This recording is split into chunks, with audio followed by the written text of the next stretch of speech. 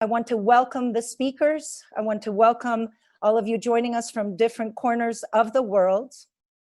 And with this, I would like to introduce our first speaker, a woman full of power, coming to us from Barranquilla in Colombia. She is the Rectora at the British International School, Miss Mary Jo Gill. Welcome. Hello, Miss Mary Jo. Hi. Thank you, Andrea. Well, thank you. In your experience, sorry, Miss Mary Jo, let me guide your question. During these unprecedented times, what do we need to prioritize when we think about parental well-being? And how does that impact on the well-being of the entire educational institution? You have 5 minutes, Mary Jo. Okay. Well, first of all, I would really like to clarify my experience because, you know, I come from schools. I've always worked in schools. I was a teacher for many years. Then I became a head of school in the United Kingdom. And then I went to work in Mexico. And after that, I'm now working in Colombia on the Caribbean coast. And I'm the head of school or Rectora of a very, very large private British international school in Colombia. And so I have experience of working with lots of different groups of people connected to schools. But I think it's worth starting and saying that, and let me just check the time to go over. But basically, let me just start by saying that I really believe that it's a little bit like the oxygen in the aeroplane. If the people who are looking after the children are feeling that they have well-being, and if there's harmony between those people and the school, then there can be unity and connection within that educational community, okay? So if we look at schools as they are, schools are actually very bureaucratic institutions in business terms. In fact, the school I work in at the moment is obviously it's a business, and in that respect, we see the people who are connected to our school as our stakeholders. And really, you know, in order to remain competitive as a school, we have to look after our stakeholders. So how do we do that? Well, most schools are very, very good at looking after their students. But, you know, not every school has a strategy or a very strong strategy at including and collaborating with their main stakeholders and their main clients, and that is the parents, the parents of those students and the parents at that school. So basically, I want to look at how it is really important to work with parents and to get their honest feedback. And actually, I'm going to be giving you an example of how I've done that in the school that I'm working at the moment and in other previous schools that I've worked in the past. So what we want is we want to have a comfortable relationship with parents, because if we don't have a comfortable, friendly relationship with parents, then obviously we're in a defensive situation. So when I arrived at the school that I'm working in now, and it's a large school for children aged 3. How long, sorry? 1 minute, please. Thank you. Just 1 minute left. I believe so. Oh. It's 5 together, 1 minute left, so you can wrap up comfortably. Okay. Thank you. So basically what we did is we set up a parents' parliament where parents could come to the parliament and actually resolve the problems that they saw themselves having as a group of parents, okay? So basically, instead of allowing parents to just complain, we said, no, come into a parliament, and we chose one parent from each year group. And within that year group, we looked at how parents could actually resolve some of the issues they felt they had. So, for example, we set up parental induction for new parents coming into the school, and parents looked at how they could better help other parents to understand the communications also coming from the school. So the way in which we dealt with the lack of collaboration that existed in the school when I arrived is we set up a group of parents who collaborated with us, and it wasn't a parents' consejo, if you like. It wasn't a parents' council. It was a completely different type of group that looked at solving the type of problems that parents feel they have as a group at a school. Miss Mary Jo, you're always so innovative in the way that you create these interventions, and we thank you for giving us that bit to take back home with us. back to our schools and back to our communities. The parliaments, the parent parliaments, amazing. I want to welcome our next speaker, Ms. Gabriela González-Pacheco from Mexico City. She's the Director of Programs at Whole Schools International.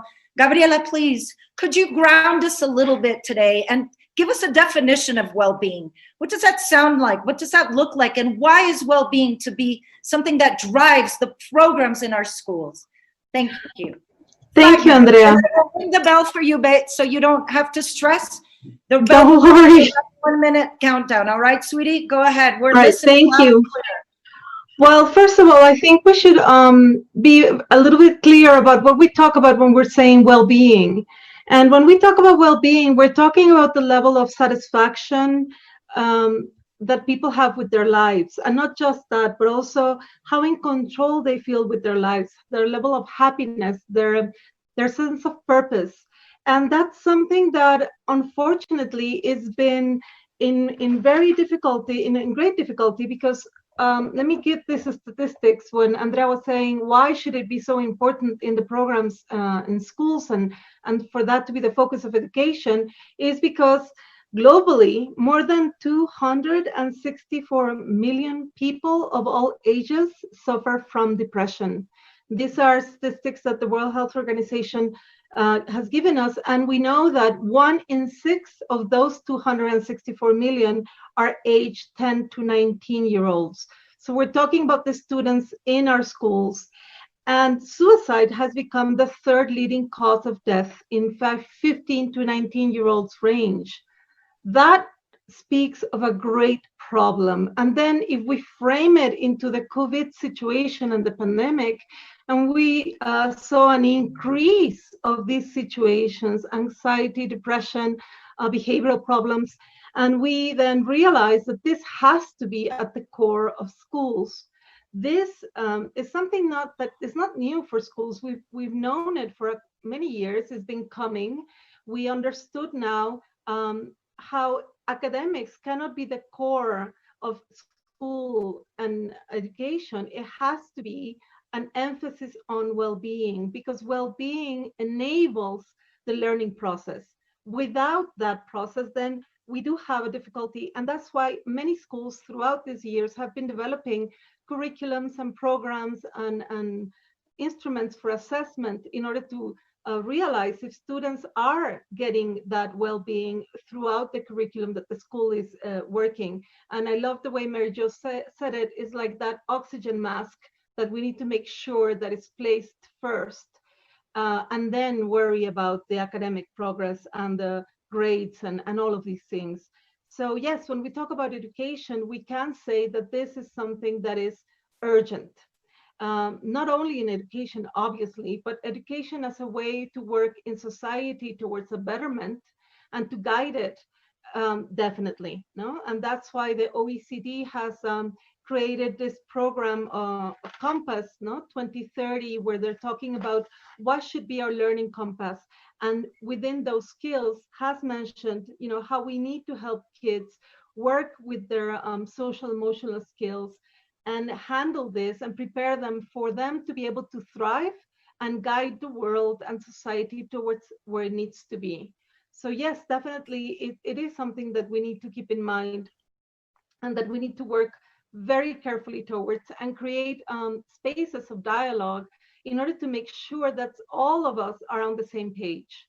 Unfortunately, schools have been very slow in adapting to societal change. And just because we know this, it doesn't necessarily mean that we're doing what we need to do as far as policy, as far as academic curriculums, as far as preparation for teachers who are going to be guiding students through these difficult times. So yes, I think this is something that we do need to focus on and find the resources that are already out there. Thankfully, internationally, there are many resources that now schools can take advantage of and prepare themselves to face this challenge. I think I took even less than the 5 minutes. Am I right? How am I with time? Yeah, you're with time. You're great. I gave you the bell. Did you hear the bell? Because I'm worried I'm ringing the bell and people aren't hearing the bell and then I'm cutting you off. Okay, no. Apologies, great job. And thank you for grounding us. Sometimes well-being is something so intangible that, having put it into words makes a lot of sense for all of us in the audience. Gabriela, thank you. And let's now welcome our speaker number 3, Miss Marjan Harbison from Panama City. She's a leader and coach in the wellness lifestyle movement, as also in yoga practice. And hello, Marjan. Welcome to the WEF. In your experience, Marjan, how can we create harmony between the teaching, the learning, and the wellness or the well-being component that we are so prizing at this time in education?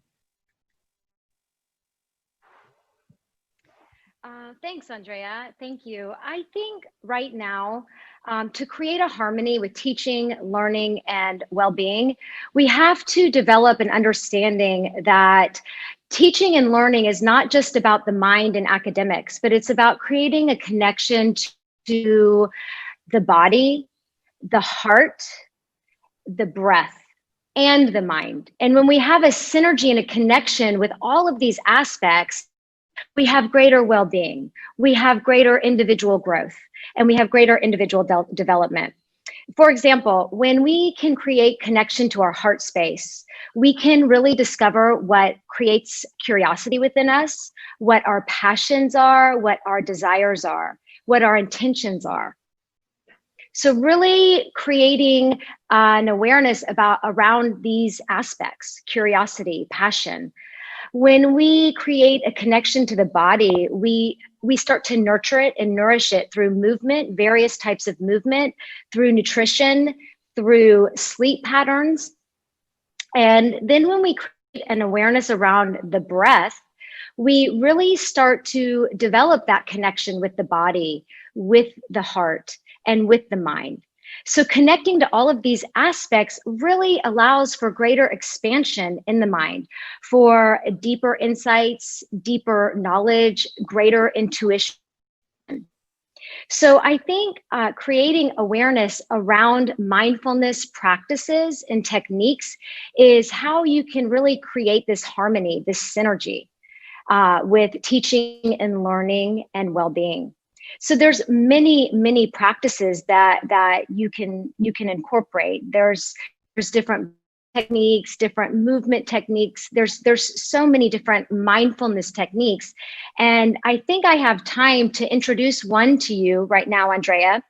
Yes, and this is just the repetition of, this would be the repetition of affirmation. And this is an affirmation technique that I have learned many years ago and worked with children, but it's just as powerful with adults. And it's very simple. The affirmation is, peace begins with me. And you can use your hands. So we create this awareness with our hands in the body. And with every word, we tap the thumb. Peace with the index finger and the thumb. Begins, middle finger and thumb. With, ring finger and thumb. Me, pinky finger and thumb.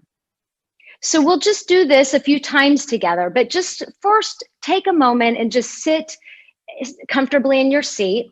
Place your hands in your lap with the palms turned up and just sit tall. When we sit tall through the spine, it allows us to deepen our breath and create a deeper awareness with the breath, with the vehicle of the breath. And so we'll just repeat this together 6 times.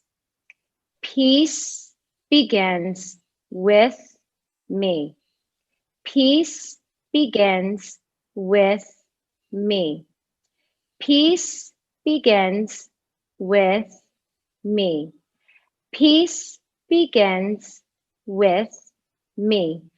Peace begins with me.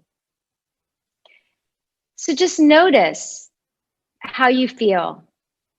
So that invites a very calming, peaceful energy into the heart. It allows us to soften and deepen the breath. It brings the awareness into the posture of the body, and it brings an ease and peace into the mind. So just notice that after you repeat that affirmation. So really creating awareness around the heart, the body, the breath, and the mind is going to create greater potential for growth, for development, and for learning.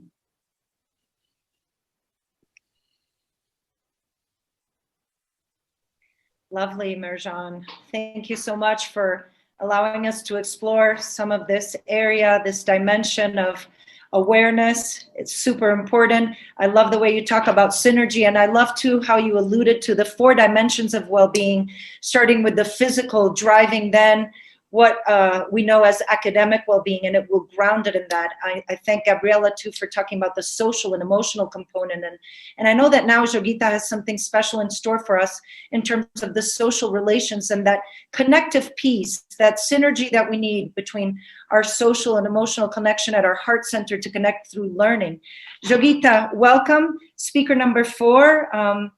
Thank you for joining us all the way from India, and also to a huge thank you to you for coming on board our time zone. I know it is not the same time where you are now. Ms. Yogita is from Storytelling I Nurture Me in India. And Yogita, I have a driving question for you. Considering the new normal, Yogita, considering the new realities under which our students and our teachers are going to be learning and teaching from, Yogita, how do you think that storytelling, which is the magic that you have brought to all of us, the magic that you teach, how do you think that storytelling can enhance the human connection, can strengthen well-being, and build, get this, build the skills for the 21st century learner? Because we know those are all about curiosity, creativity, just problem solving, and higher order thinking, critical thinking. So tell us a bit about you and about storytelling connection piece. Sure. Thank you, Andrea. I'd like to begin with quoting Margaret Atwood. Long time ago, she said that you are never going to kill storytelling because it's built in the human plan. We come with it. So whether it was the 15th or the 14th century learner or teacher, or today in 21st century, or in the future, storytelling has been and it will always remain one of the crucial skills to enable learning, communication, connection, and well-being. Now, research has also proven with enough evidence that the human brain is hardwired for stories and storytelling. Normally, when we teach through facts, only 2 parts of the brain get activated, which is the Broca's and the Wernicke's area, which is the language processing part of the brain. However, when we tell a story around the same topic filled with visual, sensory, physical descriptions, multiple parts of our brain get activated. For example, the visual cortex, the sensory cortex, motor cortex, and of course the language processing parts of the brain too. Additionally, what also happens in the brain is there are different hormones that get released, primarily the one called oxytocin, which is also called as the trust hormone. And that hormone is responsible for making the listeners connect not just with the story characters, but also with the storyteller, and in our case, the storytelling teacher. So that promotes bonding, trust, and becomes the foundation of enhancing the teacher-child as well as the children's relationship amongst themselves. Let me give you an example here. Since we are mixing the socio-emotional as well as learning together. As a teacher, for example, I would like to help my class children learn about the concept of motion and gravity. Now, I could share all of this information in the science chapter about through meaning, definition, and how gravity works. Vis-a-vis, I can simply start the chapter with a little story about a rabbit named Conejito, who went up the hill to spend his summer vacation with his tia Monica. And when he had to come back home, come down the hill, he just felt too lazy and told tia Monica that I feel too lazy to walk all the way down. So tia Monica actually made a plan, and she put little Conejito in a wooden barrel and rolled it down from the hill. How? Rolando, Rolando, Rolando, Rolando, Rolando. And the barrel bumps into Mother Conejito. And when mommy Conejito takes him out, he's like, what are you doing in the barrel? And Conejito sings, I have an auntie, my tia Monica, and then she got me rolling, and then she got me rolling, and I am home, mama, and I am home, mama. Now, were you able to imagine the hill, visualize that? Were you able to imagine Ponahito rolling down the mountain? Feel the happiness within your body when you sang along with me. If you could feel a bit of it all, even in this environment, imagine children are going to feel it even more. And go ahead now, after you've told them the story, tell them more about motion, gravity, etc., etc. You have already been able to get their attention so that they are able to grasp the concept better, and they also become happy learners who feel positive about the teacher, the concept, and also about the community, the co-learners. So you see, this with this just one example, I have so much more that I can share so much more, but I guess the point is stories are strongly rooted in our psychology, and they have stood the test of time, isn't it? And that's why, the stories go back in time from the times we used to live in caves.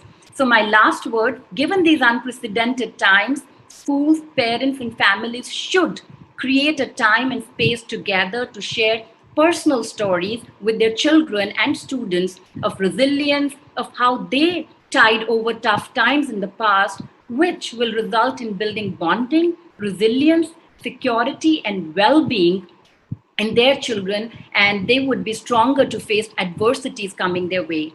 If leveraged well, storytelling is a magical tool to strengthen well-being and learning, and more so in times like these, which are so tough on children. So those are my closing words. So thank you very much. I hope I've not exceeded the time. Thank you, Yogita. Not at all. I didn't even ring the bell. I was so immersed in your storytelling, and this is the magic of that. It is an innovative way of teaching. However, it isn't new. It's come and been passed down throughout the centuries and throughout our history as being humans and belonging to our own kind.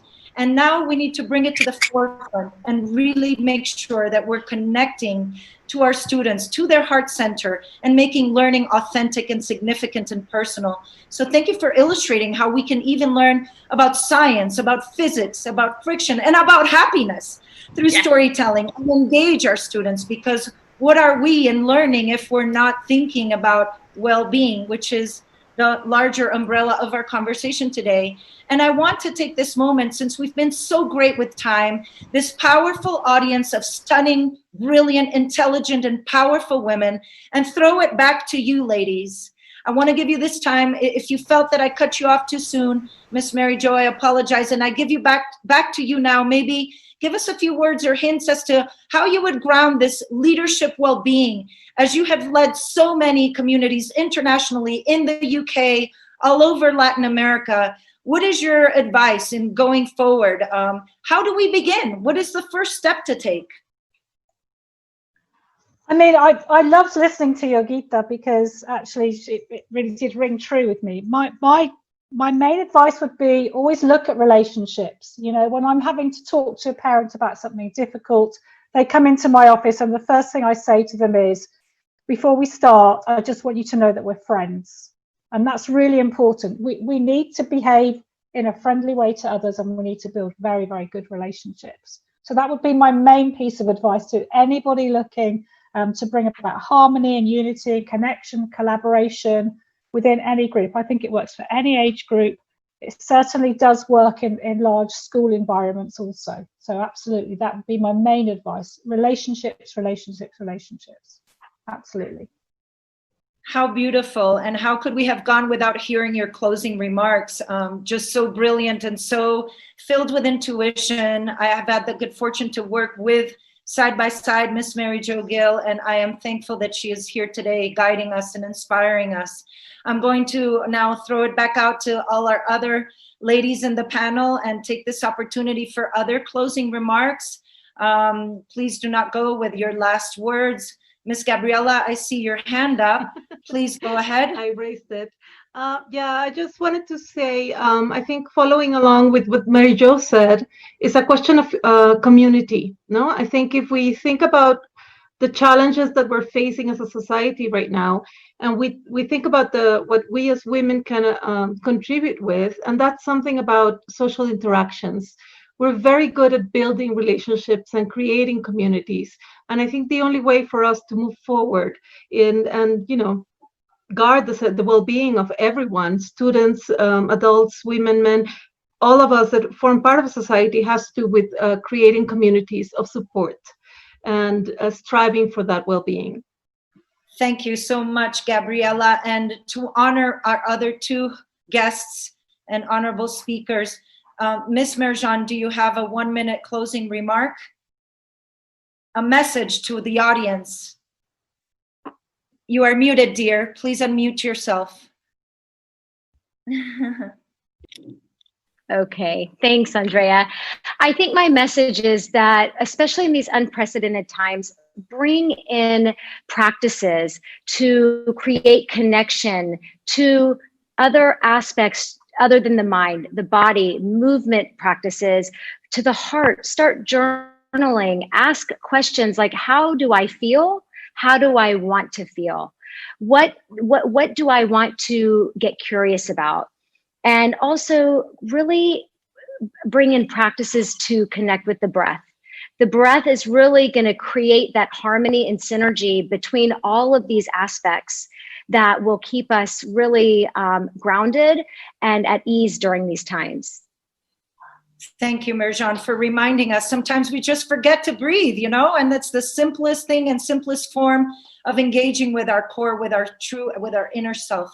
Ms. Yogita, 1 last minute for you, dear. Unmute yourself, please. We can't hear your beautiful voice. So thank you, Andrea, and to all our listeners who are the school teachers, school leaders, children and parents, please create, I would once again reiterate that please create time and space for having story circles.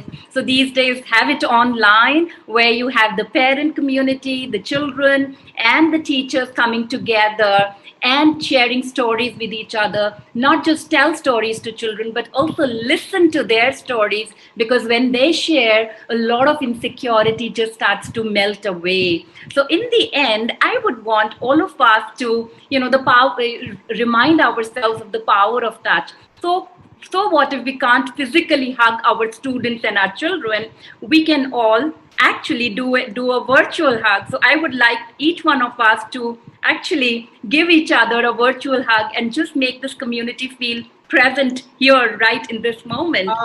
Thank you, Yogita. We can feel the love.